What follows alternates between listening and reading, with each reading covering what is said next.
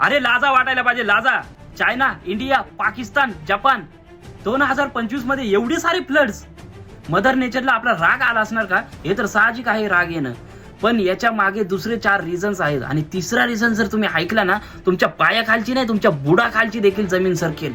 पण काय असणार आहे रिझन? रिझन नंबर 1, सन 1900 पासून तर आतापर्यंत 1.5 डिग्रीपेक्षा जास्त गरम झालेली आहे ही दुनिया.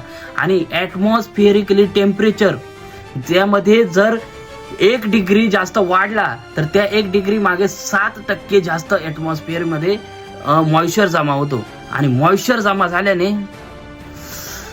हे फ्लड्स आणि पाऊस याचे प्रमाण अजून जास्त वाढत जाणार.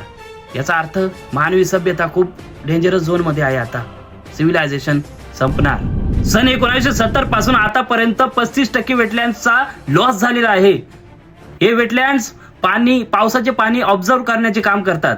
आता तिसरा आणि चौथा कारण जर सांगायला गेलो तर व्हिडिओ खूप मोठा होईल. त्यासाठी मी YouTube वरती व्हिडिओ बनवून टाकेल. त्या YouTube चॅनलला सबस्क्राईब करा, तेव्हा तुमची पूर्ण पायाखालची जमीन सरकली जाईल. तो तिसरा आणि चौथा कारण ऐकून